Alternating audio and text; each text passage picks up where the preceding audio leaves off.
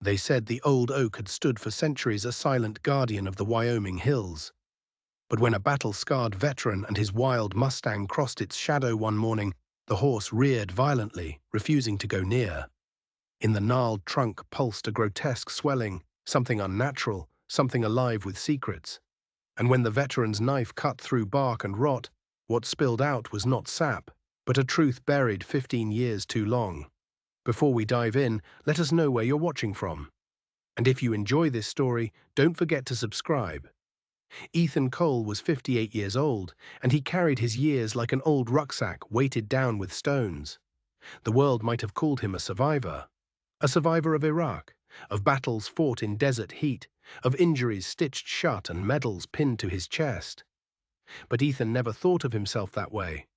Survival, in his experience, was simply what happened when everyone else around you had fallen. You came back scarred, inside and out, and the world expected you to just keep walking as if nothing had changed. For Ethan, everything had changed. He'd left the army 15 years ago and tried to rejoin the rhythms of civilian life, but the rhythms sounded hollow. Crowded streets made his chest tighten. Supermarket aisles and small talk in diners left him sweating, unable to breathe. Every sound of a car backfiring made his body jolt, as though the war had followed him across the ocean. Wyoming offered space, miles of grassland and endless skies where no one asked questions. That was what he craved: silence, distance, anonymity. So he bought a small 12-acre property outside a town most maps barely marked, a place where the dirt road grew narrow and the mountains pressed in like guardians. The cabin there was old, patched together from pine logs and stubbornness. Ethan mended it slowly, not because he cared how it looked, but because the work gave his hands something to do when his thoughts turned too dark. On cold mornings, he would step onto the porch and watch the Wyoming wind sweep across the grass. It hissed through the sagebrush and whistled like a choir of ghosts through the rafters of his cabin. In that sound, Ethan heard the loneliness he had chosen. Better the company of wind and sky, he told himself, than the pitying looks of neighbors. But silence could not erase memory. 6 years before, cancer had claimed Laura, his wife. He had watched the disease strip her strength away piece by piece. When she died, the house became a shell. Ethan wandered its rooms at night and found echoes where laughter had once been. And even before that, 15 years ago, he had lost Anna, their only child. She had been 16, full of restless energy, always sketching horses in her notebook. One night on Highway 287, another car swerved across the line. Metal screamed. The world ended. Ethan had seen death before, but nothing prepared him for identifying his daughter beneath the harsh fluorescent lights of the county morgue. 2 losses, stacked across the years, carved him hollow. He drank too much for a while. He put a pistol in his mouth one long winter night and sat in the dark until the sun came up. He told no one about that. He had no one left to tell, and yet, in his darkest hour, a voice had reached him from the past. On her last day in the hospital, Anna had turned her head toward him. Her voice was barely a whisper, but he caught every word. "Get a horse, Daddy. Horses don't leave you." He thought it was fever talking, a dream, but later, when grief gnawed at him like a wolf, those words returned. A horse, something alive, loyal, that would not abandon him. 2 years after Laura's passing, Ethan finally listened. The rescue center lay at the edge of the Red Desert, a place where Mustangs waited for adoption. Many of them bore the marks of hardship, scarred flanks, weary eyes. Ethan walked the corral slowly, wondering what he was doing there. And then he saw it. A black Mustang stood apart from the others, its coat matted, mane tangled like storm clouds. The animal's eyes caught him, amber darkened by defiance, sharp as broken glass. The staff had written a warning on the board. Difficult, not suitable for beginners. Something in its stance spoke to him, proud, damaged, unyielding. "Nobody wants him," a wrangler said, leaning on the rail. "Too wild." Ethan stepped closer. The horse snorted, pawed the ground, but did not back away. Their eyes locked across the fence. Veteran and Mustang, both marked by battles no one else could see. "I'll take him," Ethan said quietly. He named the animal Valor. Not because he felt brave, but because he needed to believe courage could still exist in the world.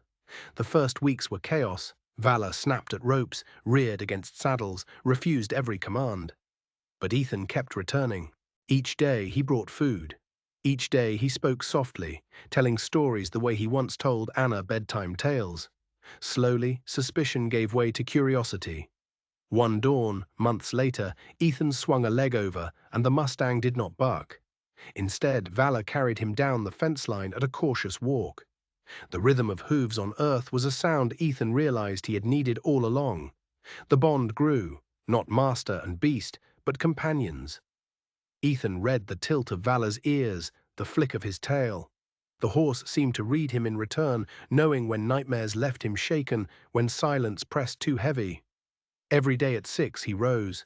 He saddled the Mustang, and together they set out to patrol the boundaries of his 12 acres. He had built a fragile peace out there in the Wyoming wilderness. A cabin, a horse, a routine. It was not happiness exactly, but it was survival. It was the faintest shape of healing. And for a time, Ethan believed it might be enough. The morning began like any other. The sky was a wash of pale blue. Ethan rose at 6, brewed his coffee, and saddled Valor. It felt like another morning of borrowed peace. But peace never lasted. At first, it was subtle. Valor's ears pricked forward, then rotated sharply toward the tree line on the eastern edge of the property. The horse's breathing quickened. Ethan tightened his grip on the reins. "What is it?" he murmured. The Mustang stamped a hoof, then another, his neck arched. Suddenly, a piercing whinny tore through the morning. Valor reared without warning, hooves slicing the air. Ethan leaned forward, gripping the reins to keep from being thrown. The horse's panic wasn't random. It was focused. His entire body was angled toward a single point near the property line, where an ancient oak tree towered like a sentinel. Ethan knew that tree. He had ridden past it countless mornings. But today, something about it commanded attention. The Mustang snorted, backing away, his eyes rolled white. Every line of his body screamed, "Warning!" Ethan frowned and swung down from the saddle. He patted Valor's neck, but the horse jerked away, nostrils flaring, as though the air itself carried poison. "All right," Ethan muttered, his own nerves tightening. "Let's see." He turned toward the oak. At first, nothing seemed wrong, but then Ethan saw it. An unnatural swelling near the base, bulging outward like a tumor under the skin. It was 5 feet tall, 3 feet wide, straining against the bark until cracks had split open. In the angled light of dawn, the bulge looked alive, almost as if it were pulsing. A cold ripple traveled down Ethan's spine. He stepped closer, running a calloused hand along the rough bark. It was colder than wood had any right to be. A fissure had opened in the center of the bulge, oozing a dark resin. The liquid clung to his fingers, sticky and black. He lifted his hand to his nose and inhaled. The stench hit him like a punch. It wasn't sap. It was the unmistakable odor of decay. Ethan staggered back, bile rising in his throat. Memory struck, dust-choked deserts, body bags stacked in the heat. Valor screamed again, hooves pounding the earth, but Ethan couldn't leave. Instinct, the old soldier's instinct, rooted him there. He reached into his pocket and pulled out his folding knife. He pressed the blade into the bark. The sound was a grotesque, wet tearing. The stench intensified, making him gag. Valor's panic rose behind him, but Ethan cut deeper. A sliver of fabric appeared, grey-black and clotted with resin. Ethan froze, his heart hammering. He touched the cloth. It was old, rotten, yet unmistakably man-made. He pulled gently. The fabric tore away, exposing more beneath. Layers of cloth, folded and twisted, pressed against something solid. He scraped the resin away with his knife. Sunlight struck a glint of metal within the darkness. Ethan's blood ran cold. The object revealed itself slowly. A shield-shaped badge, tarnished but still recognizable. A police badge. He knew it instantly. He had seen it pinned to the chest of his best friend 1,000 times.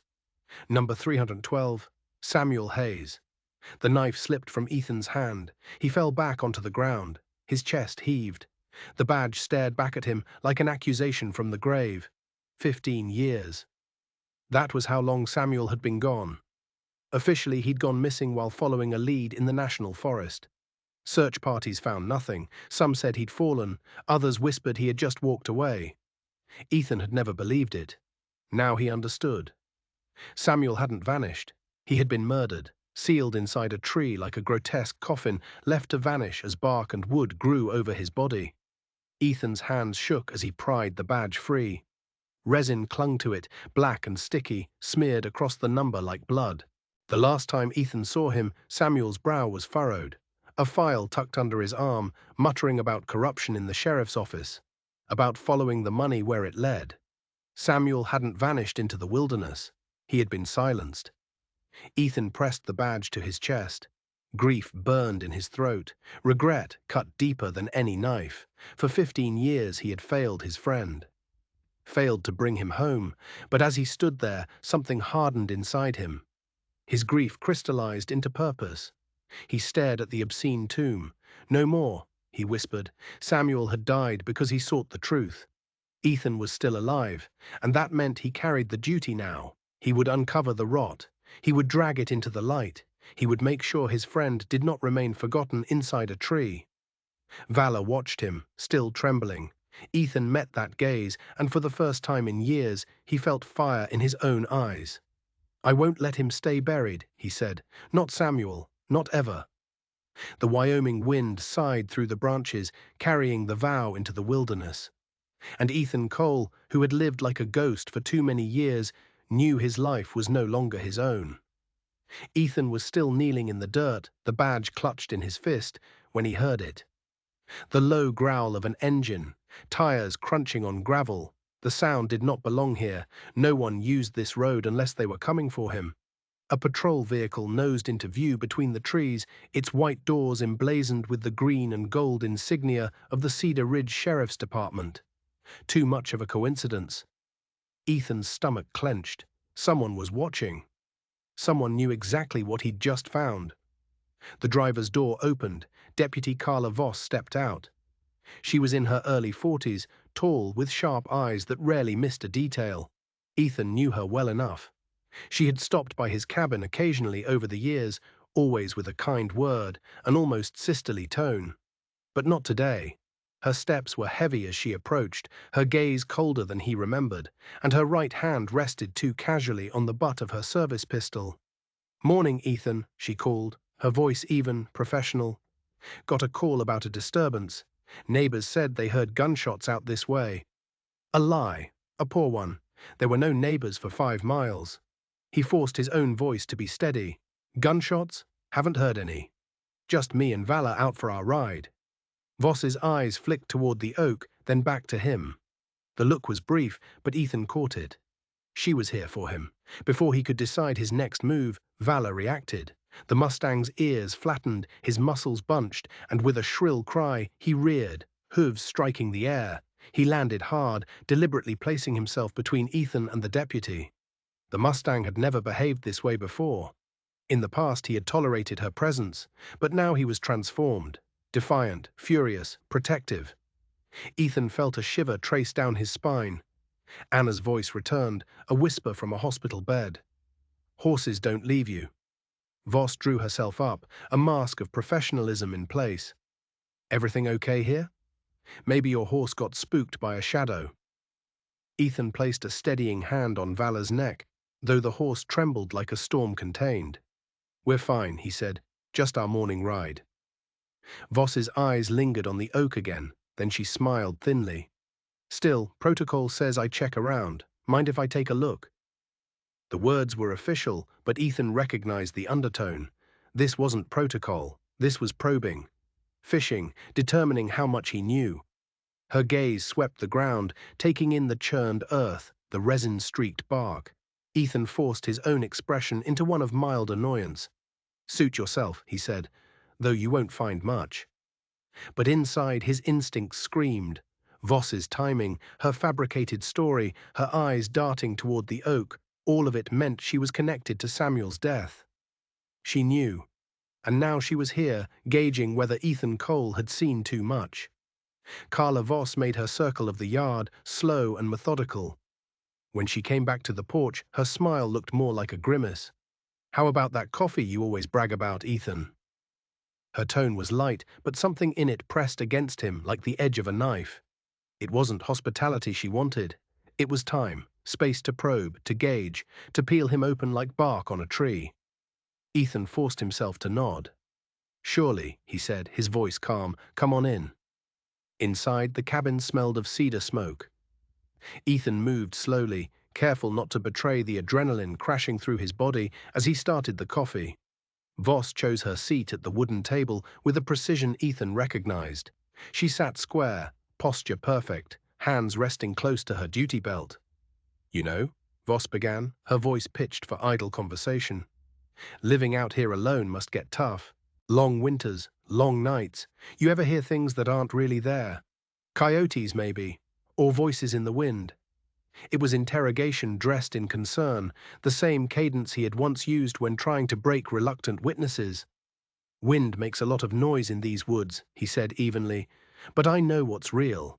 Voss tilted her head. "Do you still think about Samuel Hayes?" The name struck him like a blow. He masked the flinch by reaching for cups on the shelf. "From time to time," he said carefully. "If someone were to find something about him," Voss continued, "that might reopen old wounds.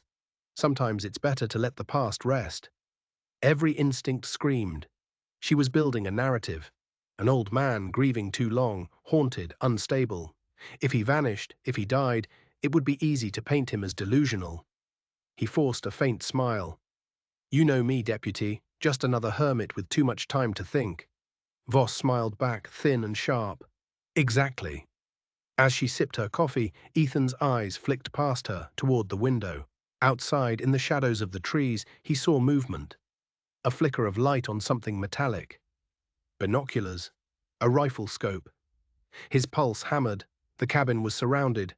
Voss's patrol car blocked the road. Two, maybe three others were out there in the trees, waiting, watching. He knew the truth now. If he revealed what he had seen in the oak, if he so much as let his hand touch the badge in his pocket, he would not walk out of this cabin alive. Outside, Valor screamed again. The Mustang reared, thrashing against the fence, iron shoes striking sparks against stone. His whinnies rang through the cabin walls like war cries. "Your Mustang seems restless," Voss noted. "Animals pick up on their owners' moods, don't they?" Ethan set his cup down, his eyes locked on hers.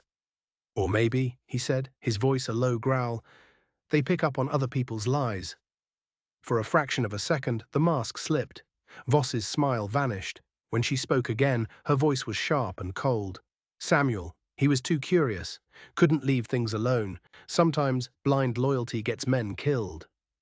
The confession was disguised as a warning. She was taunting him, daring him to reveal how much he knew. He lifted his cup and took a slow sip. The coffee tasted scorched, bitter like ashes. He set it down. "Samuel wasn't blind," he said, his voice calm but edged with iron. "He saw too much. And now, so do I." The air in the cabin went heavy, thick as storm clouds. Valor screamed again, the sound shattering the silence. Ethan's fingers brushed the pocket where the badge lay hidden. He knew the line had been crossed. The game of civility was over. From this moment forward, it was war. Then the cabin door creaked open. Sheriff Raymond Hale stepped inside. The wide brim of his hat cast his face in shadow.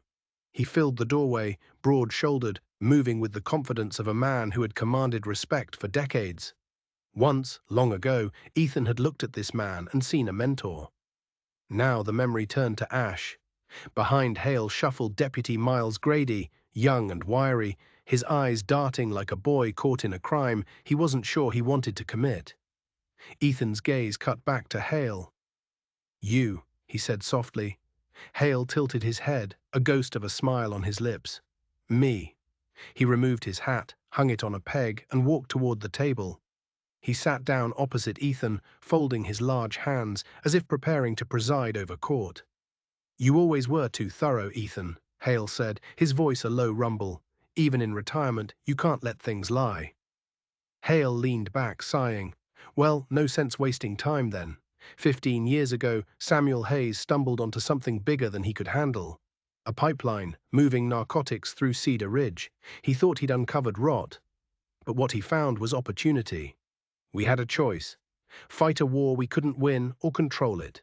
Manage it. Use the money. So you let poison into this town, Ethan's voice cracked out. That poison, Hale said, brought money. Money that built the new elementary school, funded the senior center, bought winter coats. You saw those projects, Ethan. You think that happened on charity bake sales? Ethan's teeth clenched. He remembered walking through that school's hallways, seeing the bright murals painted by children, never knowing they were brushed with the profits of poison. We kept the peace, Ethan. We gave this town what it needed. Tell me, was that wrong? It was betrayal, Ethan growled. You sold your badge. You sold Samuel's life. Samuel didn't see it our way, Hale went on. He believed in absolutes. He came to me time and again, begging me to shut it down.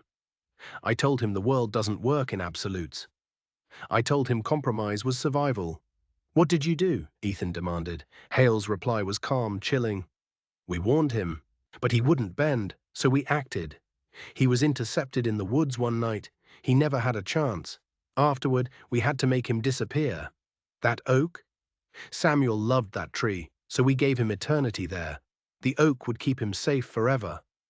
Ethan's body shook with rage. Safe? You call that safe? You stuffed him in a tree like garbage. We kept the town safe, Hale's eyes hardened. That mattered more. Justice doesn't feed families, Ethan. Money does. We chose survival over ideals. Ethan slammed his fist on the table. That's not survival. That's murder. You sold this town's soul for a few dollars and lies. Hale leaned forward, his voice dropping low, intimate, venomous. You've lost so much, Ethan. Laura, Anna, tell me, what did justice ever give you? Pain. That's all. Join us. Close your eyes to the past. Live your last years in peace. Nobody will bother you. You deserve rest. Let it go. Ethan's breath shook. For a moment the cabin blurred, but then his eyes cut like steel. He leaned in, his voice a whisper edged with frost. Peace built on blood isn't peace. It's rot. The sheriff stilled. He saw Ethan's resolve and knew it would not break. He sighed, heavy as stone, and gestured toward Grady and Voss. They shifted closer, their stances tightening. Hale's final words were a sentence already written. Then you've chosen your side, Ethan, just like Samuel did, and you know what happened to him. The line had been drawn, and only one side would walk out of the cabin alive. Helen Hayes heard the ranch road before she saw it. The rattle of her old blue Ford, a bouquet of wildflowers riding shotgun in a mason jar. She always came this way on the same handful of days. The day he vanished, the day they stopped searching, the day a judge signed the paper that said, presumed dead. 15 years of the same pilgrimage. Today should have been like all the rest. It wasn't. She eased to a stop and stared. Patrol cars, more than one. The sight punched the air from her lungs. Flowers pressed to her chest, she stepped out. The air felt wrong, metallic, as if a storm were hiding in the trees. Samuel, she whispered, a habit, a prayer. What's happening? Inside the cabin, Sheriff Hale's head snapped toward the sound of the engine. Damn it, he muttered. She can't see this. If she learns the truth, we'll never contain it. Deputy Grady paled. Sheriff, she's just here with flowers. A witness is a witness. Hale's voice cut flat. Loose ends get people killed. Across the table, Ethan watched the calculus settle in the sheriff's eyes. Hale lowered his voice, words clipped and practical. Here's how it plays. We shut this down. The old vet snaps. PTSD. A confrontation turns violent. The widow walks in at the worst moment. Tragic. We stage the scene. 2 dead, a 3rd wounded. It ends now. The town will believe it. A broken veteran, a grieving widow. No one will question it. Ethan heard every syllable. They decided his life was a story to be written without him. They'd penciled in Helen's name on the last page.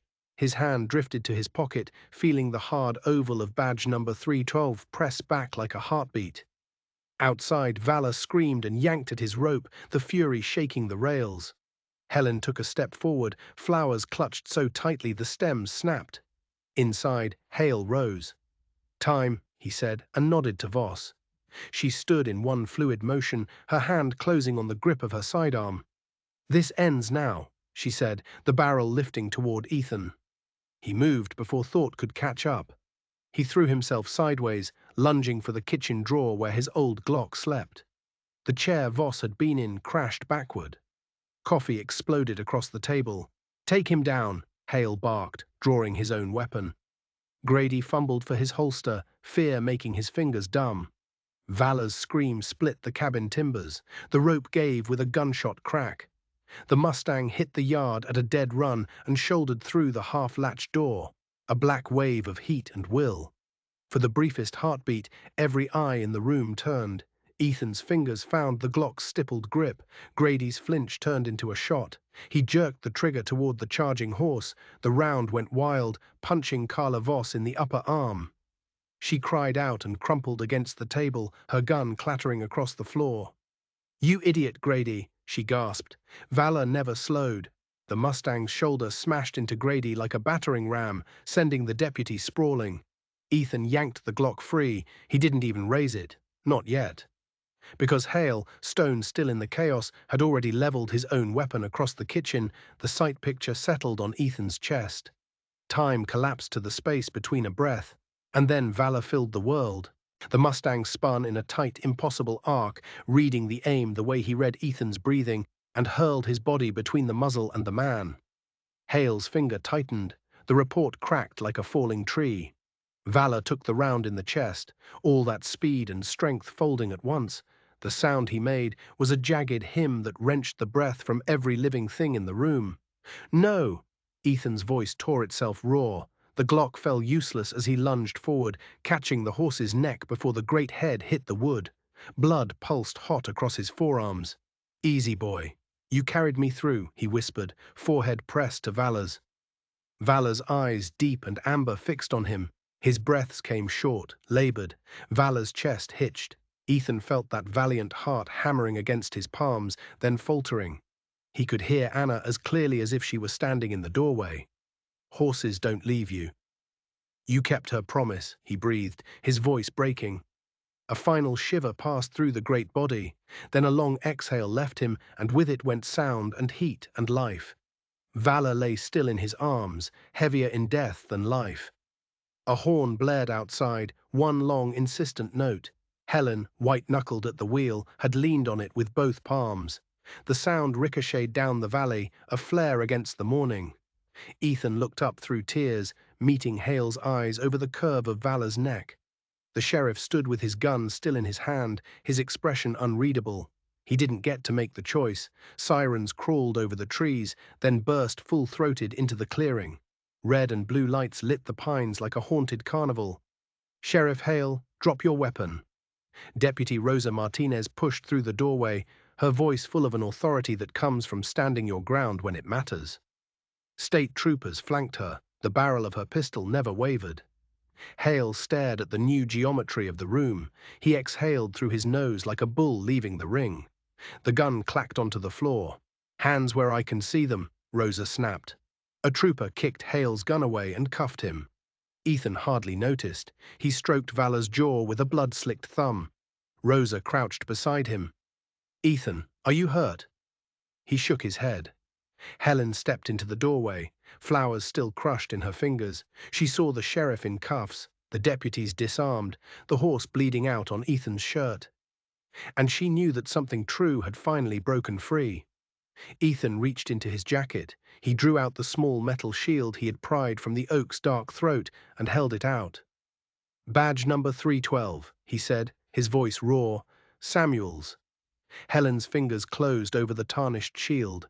She made a sound no language had ever named, a keening that was grief and gratitude, rage and relief, all braided together. She pressed the metal to her lips. "He never abandoned you," Ethan told her. "They took him from us." They led Hale to the couch. Rosa stood over him, eyes steady. "Start talking." Hale looked at the badge in Helen's hands and chose a different kind of lie, the one he had told himself so long it now fit like truth. "Samuel wasn't the only one," he said, his voice even. "Three more, Martinez, Fuller, Detective Chin, they were all going to expose us." The room took a breath as one body and held it. Hale went on, describing the money that seeped like groundwater. drugs, then donations, then line items in budgets. He said the words schools and senior center and toy drive as if they were absolution. You murdered your own men and called it charity. Ethan's voice cracked across the room. You killed my husband and buried him like trash, Helen cried, the badge clutched in her fist. Hale's shoulders sagged just a fraction, like a tent losing its center pole. Weeks turned into months. The news ate and could not get full. Testimony piled on bank records. In Cedar Ridge, a town practiced at keeping its head down, lifted it at last and looked squarely into the mirror. Samuel Hayes came home. The flag lay over his coffin like a promise kept late. 3 other coffins stood beside his: Officer Martinez, Detective Fuller, Detective Sarah Chin. Names Hale had converted to entries in a ledger, and the town now inscribed in marble. Helen held Ethan's hand as a chaplain said the only true thing clergy ever say at burials, that love is not unmade by a shovel's work. 6 months later, the square in Cedar Ridge filled with townspeople. Bronze caught the morning sun and held it. A statue of valor, forever in the second before impact. 4 legs curved above an enemy, eyes bright. At the base, chiseled deep enough to last longer than lies, 3 words: loyalty, freedom, truth. Money from rewards and federal grants seeded the next act. Fencing went up, barns were shored. They called it the Valor Memorial Ranch. Some mornings, a line of trucks gathered by the gate, men and women in faded ball caps and VA hoodies. They learned to brush a frightened Mustang without flinching. They learned to breathe through panic while a warm shoulder leaned against them. They learned, step by slow step, that trust is a muscle that rebuilds if you ask it to. Ethan didn't run the place, but he walked the fence lines at dawn and dusk. He showed newcomers how to hold a lead rope without making an argument out of it. He told stories about a horse who had seen him through, and a promise a girl had made him keep.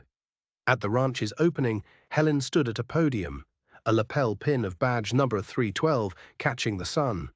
Valor didn't just save Ethan, she said, her voice clean as water. He saved us all by carrying the truth into the light. A foal arrived in late spring, black as a storm cell, a white star splashed across his brow. He was all knees and curiosity. Samuel Hayes's grandson, Caleb, now 20, had learned the place the way some boys learn engines. He knew which gate needed an extra twist, which gelding would spook at a blue tarp.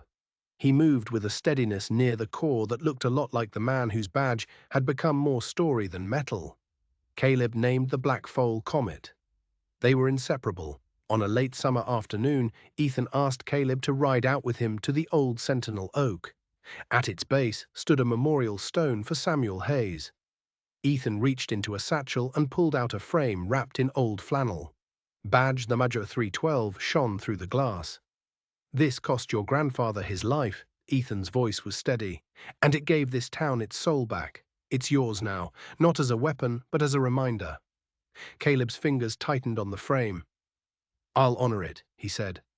One day, Ethan said, his hand on Caleb's shoulder, I'll be gone, but the ranch, the horses, the truth, they'll need you. Caleb met his eyes. There wasn't a boy in the look anymore. I'll protect them, he said, always. That night, Ethan sat on his porch, a blanket over his knees. Out beyond the corrals, the Mustangs gathered. Among them, Comet flashed his forehead star, and Caleb, a silhouette on his back, moved with him. Ethan closed his eyes. He could have sworn he saw them at the tree line. Laura, Anna, Samuel, and Valor standing hip-shot, like he had all the time in the world. They didn't wave. They tipped their chins, the way people do when they've watched a hard thing be done well. Thank you, Ethan said, not loudly. He slept in his chair. The sun found him in the morning, with his mouth softened into a smile that looked like relief. They buried Ethan on the small rise above the south pasture, next to Valor. There was a simple stone with his name, the years, and beneath them 3 words he hadn't chosen, but would have: loyalty, freedom, truth. Caleb led Comet in a slow circle around the grave, a pair of empty boots hanging from the saddle horn in the old tradition. When the last of the casseroles had been carried away, Caleb stood a long time between the 2 stones, badge number 312 warm in his palm. He pressed the metal to the young cottonwood bark beside Valor's grave and felt the tree's living push behind it. He didn't speak. Some promises don't need words to stay true. Evening came. Caleb swung into the saddle and turned Comet toward the far hills. At the gate, he glanced back once. The porch stood empty, a blanket folded over the rail. The chair faced the pastures, as if a man had only stepped inside for a moment. The cottonwood leaves rattled their dry applause. "Let's go," he told Comet. They went. Up the trail that Valor used to take when the world needed outrunning, under the high blue that keeps secrets, but never forever. Thank you for staying with us until the end of this story. We'd love to hear from you. Share your thoughts in the comments below and let us know your favorite part. If you enjoyed the journey, don't forget to like, share, and subscribe to our channel for more captivating stories like this one. And don't miss out. Hit the notification bell so you're always updated on our latest content.